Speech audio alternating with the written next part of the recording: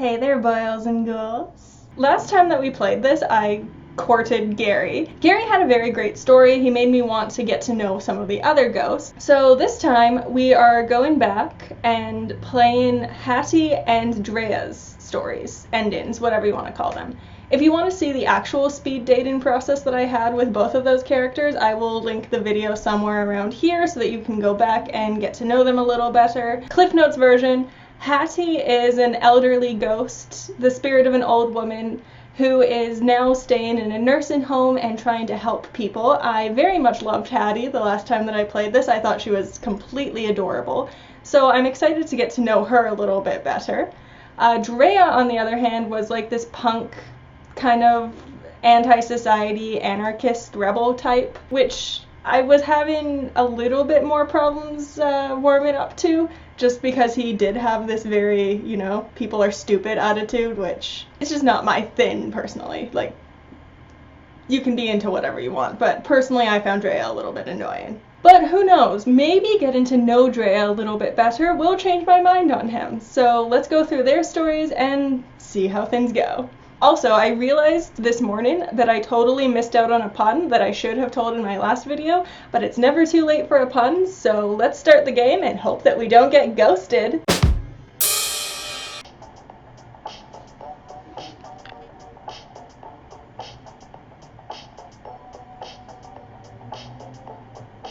Okay, let's visit Graveyard. Let's see if Gary showed up. Gary did! Oh, hi Gary. What happens if we click on him? Oh, so we get a little, background on Gary. Died in 2016 of a gunshot wound to the chest. Gary worked hard to live a noble life. He saw money as the root of most problems, and his accounting practice is a way to help people live with a little less worry. While Gary kept few friends, those who knew him cherished his honesty and quiet humor. A college roommate once affectionately described him as a bran muffin hold the butter. After discovering his business partner was stealing from clients, Gary accidentally killed him and was shot by police responding to the scene. Which, by the way, I was thinking about Gary's whole story, and certain things of it don't track to me. Like, why did the police shoot him if he turned himself in? Like, Gary's story was basically that he was cooperating with the police even though he did murder someone. So, maybe Gary was black. It's the only explanation I can think of, is Gary was black. Okay, let's go back. Yeah. So you return to the room of black. The speed dating rounds have wrapped up, but some ghosts are still hanging around. Choose your date. Okay, good. I was worried that it was going to make me go through the speed dating process again. So we just get to jump right back into the dating process. We're going to start with Hattie, because like I said, I loved her last time, and I'm very excited to see where her story is going to go.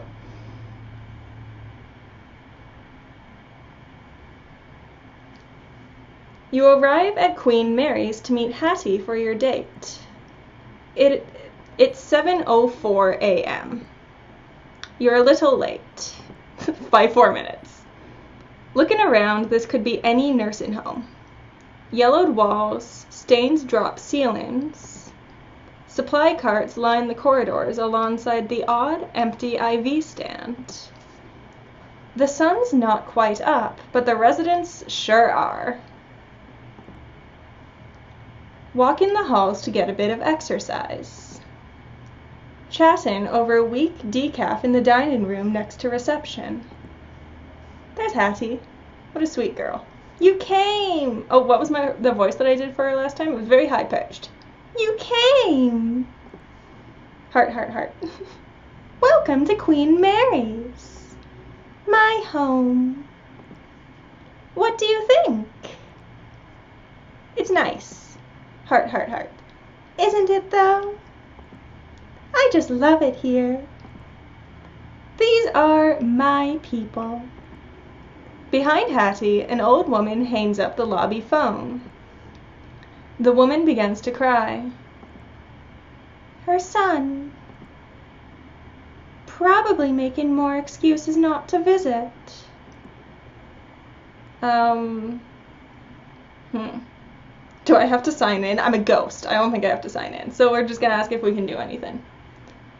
Not unless you possess her son. Ooh, are we gonna get into possession here? Please. And march his sorry butt down here. Hattie laughs. Please don't actually do that. Oh, Hattie, you opened up such a fun game for me. Let's possess this bastard. It won't help. Besides, there's someone I want you to meet. Oh, that's right. Hattie's friend. From the last time that we did this, we learned that her friend is dying. So I assume that that's who she's talking about here, who we're going to go meet. Hattie floats off down the left corridor. All these corridors look the same, but she knows exactly where she's going. All these corridors look the same, but she knows exactly where she's going.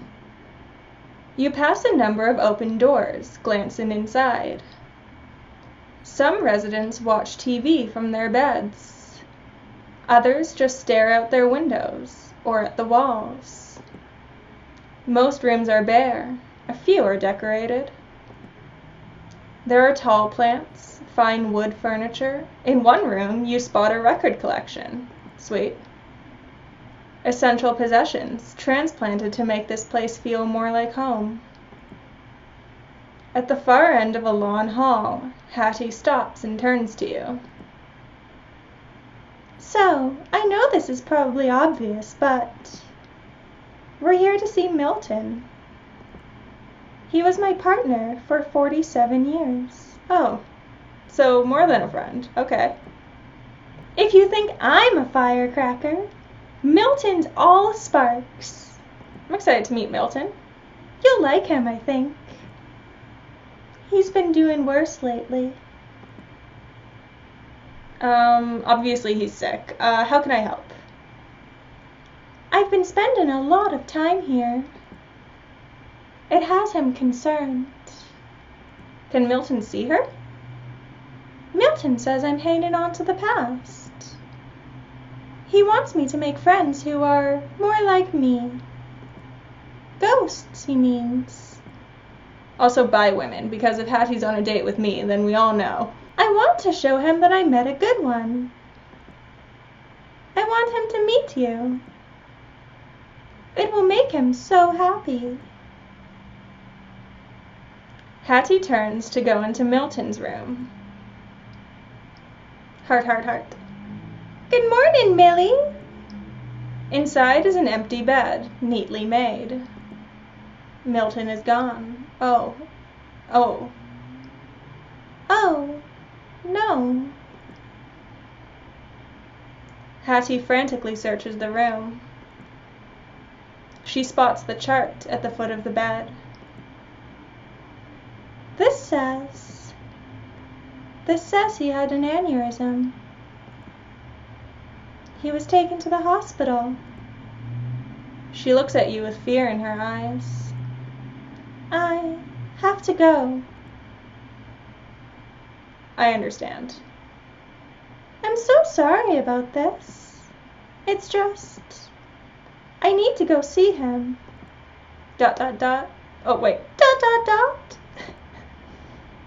Would you please come with me? Of course. Heart, heart, heart. Thank you so much. I'd like that. I know it's a lot to ask, but I'm scared to do this alone. This story is sad. What did I sign up for? Oh God. You arrive at the hospital with Hattie.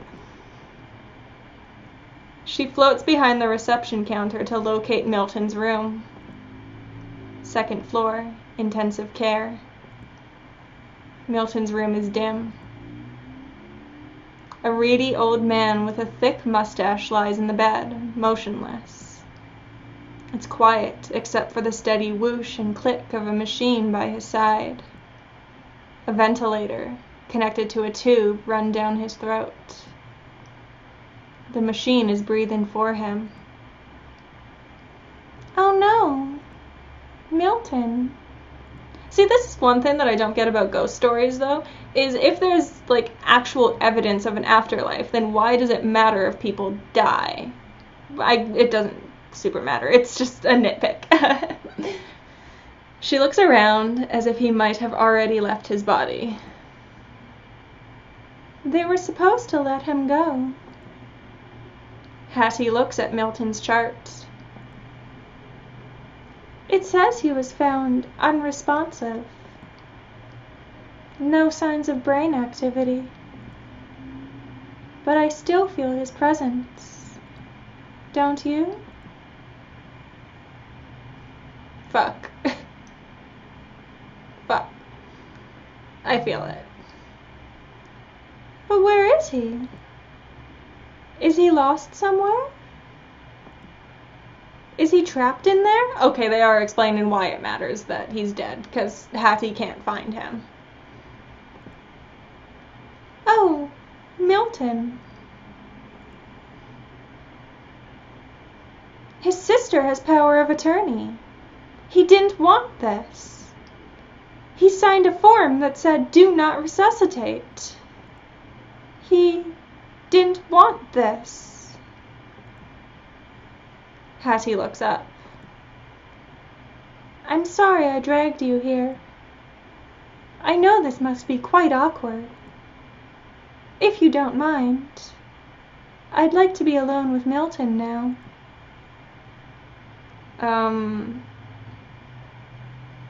Of course she's not okay. Her husband is, in a state that he didn't want. Of course she's not okay. I understand. Thank you for understanding. As you step into the hall to leave, you can hear Hattie saying something at Milton's bedside. There's so much more, my love. Just you wait. This game is so good. That was a good story. That was sweet. My heart. Fuck. I need a minute before we start Drea. My water. I'll be right back. Okay, fuck. I have higher hopes in Drea's story now because Hattie's story was just as good as what's his face? Gary. Okay, let's read through this because I skipped it last time. Hello again.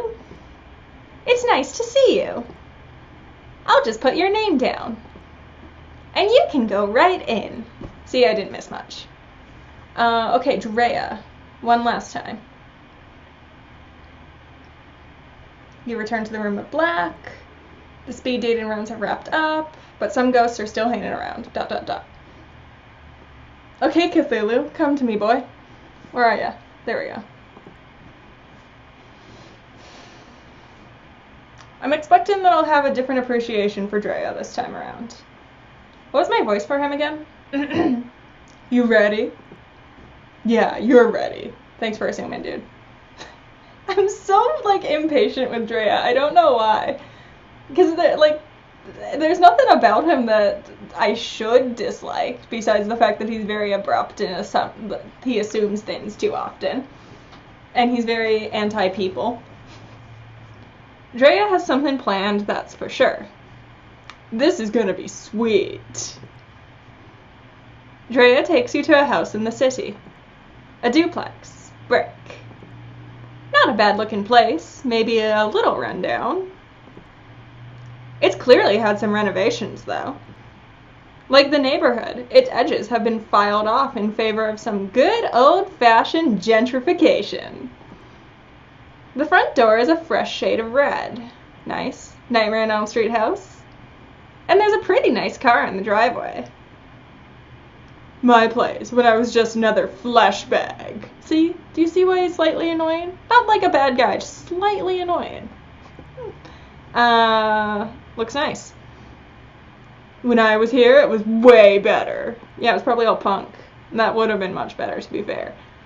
There was a pawn shop over there, where that garbage Java Joy is now. Java Joy? What a stupid name for a coffee shop. Of course it's garbage. They always had good tapes. Now it's just coffee. Everyone just drinks coffee and does yoga. What's wrong with coffee and yoga? I do both. Whatever. Come on. Let's go inside. From the inside, the house looks like a show home. Perfectly decorated rooms with perfectly placed furniture. Everything matches because almost everything is white or gray. They get cleaners. Ew, I hate clean places. Gross. Pay them like nothing. Okay, that is bad. And complain when they don't wash the walls. Okay, as someone who has actually been employed as a cleaner before, yeah, it's a terrible job. Ceramic letters hanging on a yellow accent wall. Live, laugh, love. This is the garbage I'm talking about. Okay, that was pretty good. Live, laugh, love. Spew, barf, puke. Okay, I'm gonna think of that every time I see those words now. Drea starts to rearrange the letters. E-V-I-L. Oh man. G-H-O-U-L. Not gonna lie, this is a pretty fun date so far. This is the most fun date I've been on so far. It involves absolutely zero death. And then that leaves. L-A-E-V. Lave? What does that spell? Lave. Veil. Veil? Oh, okay. Anagram. Does evil ghoul veil mean anything? It can, if you want it to. What about leave? Veil means valley. I mean, valley sorta works, right? Like, evil ghoul's domain. Like it. I'm on board. Bah. Drea throws the remaining letters on the floor, smashing them to bits. They take a step back to survey their handiwork. Evil ghoul. Okay, to be fair, I probably have a lot of similarities to Drea. LOL. So, where should we hit next? Ooh, this is suggestive. He's gotta buy me dinner first, so the kitchen. Getting creative, huh? Plenty of fun in there. The kitchen looks like it was recently updated. Built-in microwave, induction cooktop, something called a smart fridge.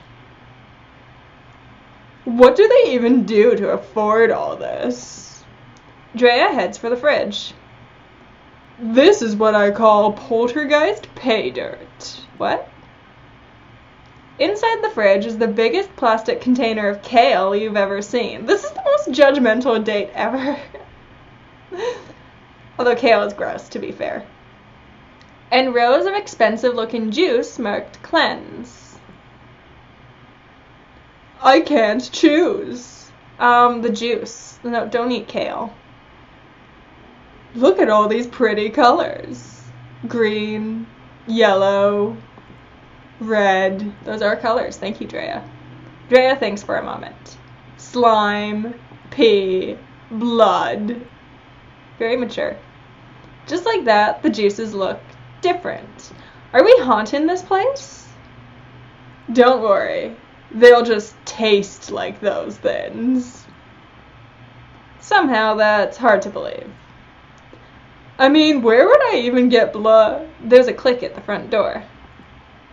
Oh shiz, they're home. Quick, this way. Drea drags you to the front room just as the couple who lives here opens the front door. At first, they don't notice anything is wrong. They take off their shoes while bickering about who forgot to take the garbage out. The man is the first to see the letters on the wall. He stops talking. She looks up to see why. He points to the letters rearranged on the wall. And they proceed to freak the fudge out. They run away, not out the door, up the stairs, straight to the bedroom.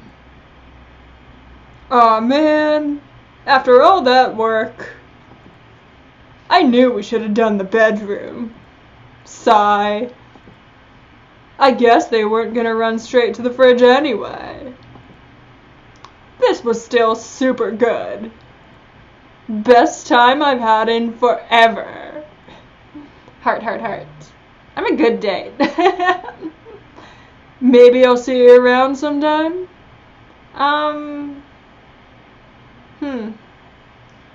Let's say absolutely. Why not? Totally. That's it? You're left alone in Drea's house.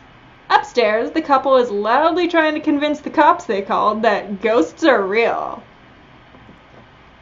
Eventually, they give up and admit it was probably just neighborhood punks.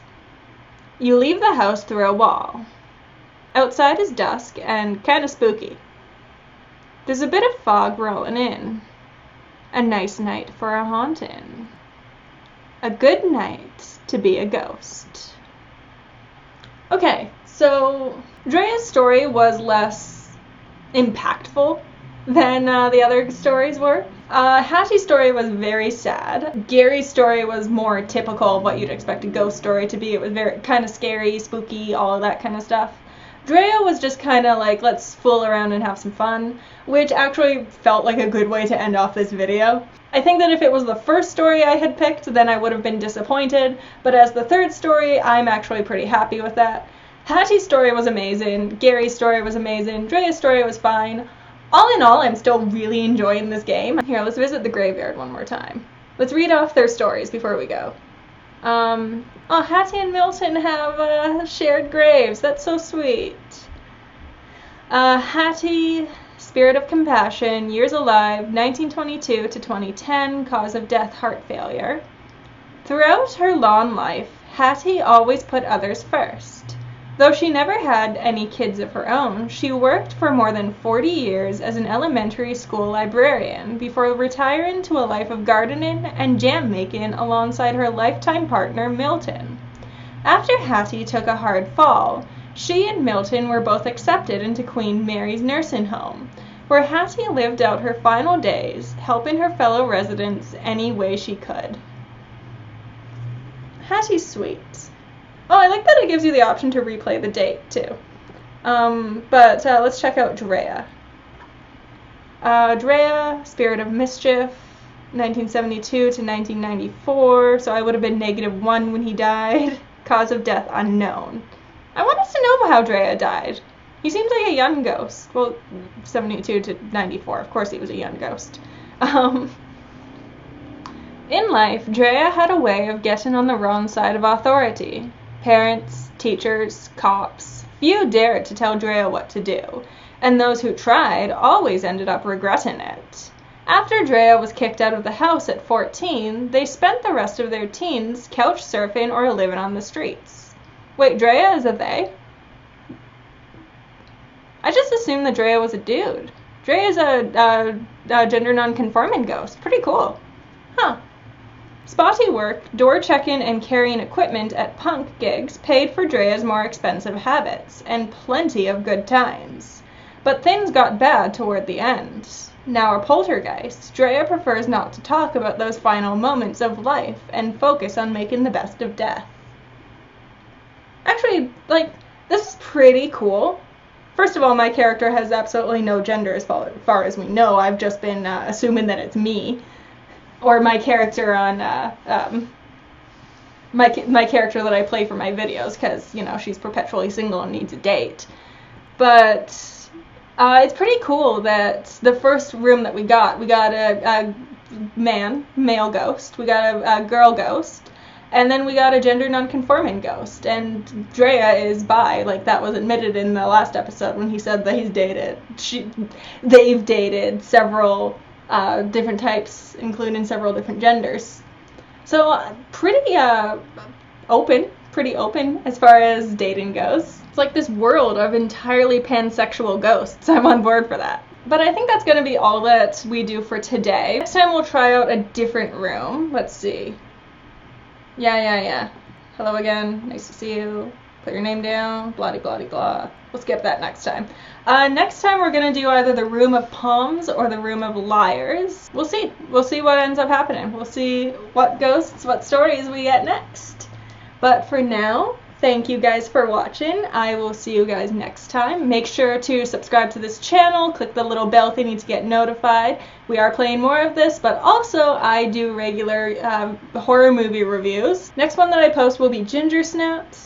One after that, I'm preparing a review for the movie Vivarium. Try to upload at least once a week, but it's turning out to be more with the quarantine and all of that. Head on down to the comments. Let me know which of the ghosts that we've seen so far has been your favorite, who you would have dated. Give this video a like if you enjoyed it. But for now, thank you so much for watching, my pets. Love you.